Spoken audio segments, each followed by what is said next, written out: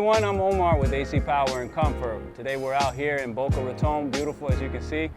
Today we're dealing with the Trane Voyager. It is a TCD 480, which is a 40-ton Trane package unit. Today basically we had a coil leak repair on the condenser side of the system, which was an inner coil and an outer coil for the lead compressor, which is this one right here.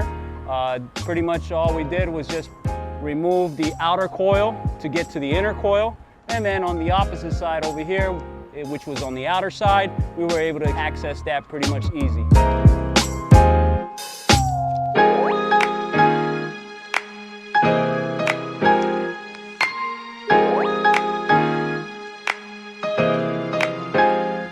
Basically, we did a nitrogen test also after we brazed and completed all joints by brazing it.